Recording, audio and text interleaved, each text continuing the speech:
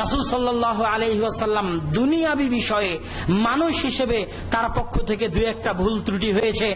যারা বলবে আমার রসুলের গুনাহ ছিল, আল্লাহ কি কসম, যে মৌলবী বলবে, যে আলম বলবে আমার রসুলের গুনাহ ছিল এই জন্য আমার রসুল আল্লাহর দরবারে তওবা করেছে, এই কথা যে বলবে, ওই ইমামের পিছনে যতই নামাজ পড়বে আল্লাহ কি কসম তার একটাও সিজদা আল্লাহর দরবারে কবুল হবে না। কথা বলুন ঠিক কিনা? আরেকটু জোরে বলুন ঠিক কিনা? আমার রসুলের কোন গুনাহ ছিল? রসুল ছিলেন নিষ্পাপ। আল আম্বিয়া মাসুমুন, সকল নবী রসুলগণ নিষ্পাপ। সুবহানাল্লাহ বলেন। আল আম্বিয়া মাসুমুন, সকল নবী রসুলগণ কি? আরেকটু জোরে বলুন, সকল নবী রসুলগণ কি? নিষ্পাপ। সব নবী রসুলগণ নিষ্পাপ। তাইলে রসুল কেন তওবা করতেন? রসুল কেন রাত্রে জাগে ইবাদত বন্দি করতেন? সবকিছু উম্মতকে শিক্ষা দেওয়ার জন্য। কথা বলেন ঠিক কিনা? উম্মতকে কি দেওয়ার জন্য? শিক্ষা দেওয়ার জন্য। নবীর রওজা শরীফ দেখে মন ভরে না, দিদার দাও গো শাহে মদিনা, দিদার। একটু জোরে বলুন, নবীর রওজা শরীফ দেখে মন ভরে না, দিদার দাও গো শাহে মদিনা, দিদার মদিনা, দিদার দাও। আরো শের মেহমান করেছেন আল্লাহ, কত শান কত মান মোর কামলিওয়ালা। আরো শের মেহমান করেছেন আল্লাহ, কত শান কত মান মোর কামলিওয়ালা। ও গো মদিনাওয়ালা করো করুণা, দিদার দাও গো মদিনা, দিদার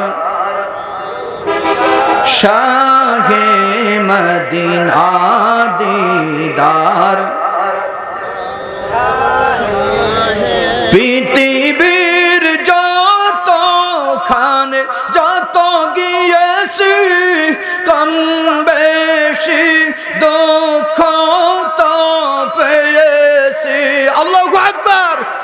পৃথিবীর যত খানে যত গিয়েছি, কম বেশি দুঃখ তো পেয়েছি।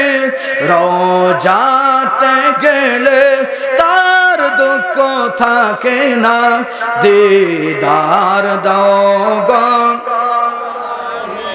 মদিনা, দিদার দাও গো হে মদিনা, দিদার। জবান খুলে একবার বলুন আল্লাহু আকবার।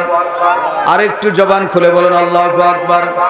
বন্ধুরা আমার, ও বাবাজিরা আমার, হযরত আব্দুল্লাহ ইবনে আব্বাস রাদিয়াল্লাহু তাআলা আনহু তিনি বলেন, আমি যখন আল্লাহর নবী রহমাতাল লিল আলামিন নবীর কাছে আমি যখন গভীর রজনীতে গেলাম, আল্লাহর নবী রহমাতাল লিল আলামিন নবী তিনি ইবাদত বন্দি করতে করতে আল্লাহর নবী তিনি ঘুমের মধ্যে চলে গেলেন। সুবহানাল্লাহ বলেন। আরেকটু জোরে বলুন সুবহানাল্লাহ। আমরা ঘুমের মধ্যে চলে গেলে আমাদের ওযু থাকে না চলে যায়? কথা বলে না, ওযু থাকে না চলে যায়? ওযু নষ্ট হয়ে যায়। কারণ ওযু ভঙ্গের কারণের মধ্যে অন্যতম একটি কারণ হলো, কেউ যদি হেলাম দিয়ে বা চিত বা কাত হয়ে যদি কেউ যদি ঘুম যায়, তার ওযুর সাথে সাথে কি হবে? নষ্ট হবে। জোরে বলুন কি হবে? নষ্ট হয়ে যাইবে। ও বন্ধুরা আমার, বাবাজিরা আমার, দেখবেন অনেক সময় মসজিদে আপনাদের দিকে আছে কিনা জানি না, কিন্তু আমার ওই দিকে অনেকে রয়েছে। মসজিদে অনেক মসজিদে আছে চেয়ার পাতা আরামে নামাজ পড়ার জন্য, আছে না নাই? কথা বলুন আছে না নাই? মসজিদে চেয়ার পাতা আরামসে বসে বসে যেন ঘুম পড়ে। আবার অনেক মুসল্লি রয়েছে চেয়ার সামনের কাতারে নিয়ে দখল করে রাখে। আমি তাদেরকে লক্ষ্য করে বলবো, মসজিদ কিন্তু কারোর বাবার জায়গা না। কথা বলেন ঠিক কিনা? জোরে বলুন ঠিক কিনা? মসজিদ কিন্তু কোনো বাবার জায়গা নয়, মসজিদ হলো এমন একটা জায়গা যেখানে একমাত্র ইমাম সাহেবের জায়গা নির্ধারণ থাকবে, মুয়াজ্জিন সাহেবের জায়গা নির্দিষ্ট থাকবে। তাই ছাড়া চেয়ার নিয়ে দখল করা মসজিদে কোনো জায়গা রাখা যাবে না। কথা বলুন ঠিক কিনা? বর্তমান যুগে যেভাবে চেয়ারগুলো মসজিদ দখল করতেছে, আমার মনে হয় 2-5 বছর পরে, 2-10 বছর পরে এই চেয়ারের জ্বালায় এবং টুলের জ্বালায় আমরা মুসল্লিরা আর মসজিদে জায়গা পাবো না। কথা বলুন ঠিক কিনা? জোরে বলুন ঠিক কিনা? যারা মসজিদের মধ্যে চেয়ার রেখে নামাজ আদায় করে, মসজিদ থেকে চেয়ারগুলো ভেঙে টুকরা টুকরা করে দেওয়া উচিত। কথা বলুন ঠিক কিনা? কারণ যত ব্যায়াম সব মসজিদে গেলে, কথা বলেন ঠিক কিনা? সারাদিন দেখেন, সারাদিন কাজ করতেছে ভালো, সারাদিন ব্যবসা বাণিজ্য করতেছে, হাঁটাচলা করতেছে, কাজ কাম করতেছে, কোনো অসুবিধা নাই। মসজিদে গেলে যত ব্যায়াম, কথা বলেন ঠিক কিনা?